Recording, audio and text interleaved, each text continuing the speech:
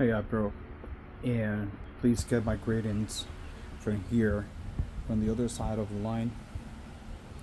This is the PWRcell Generac battery, 18 kilowatts, full installation with the transfer switch. Right, that is the inverter.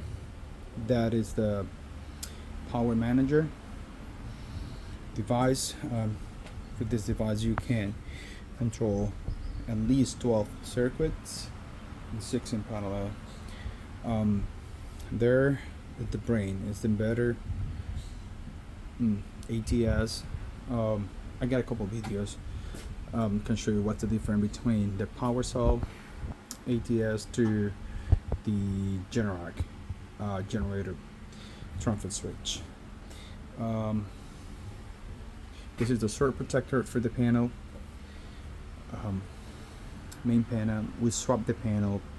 We installed the equipment. It's here in the garage.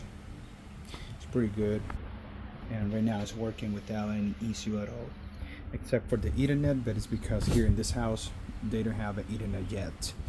But everything is pretty good. Looks like.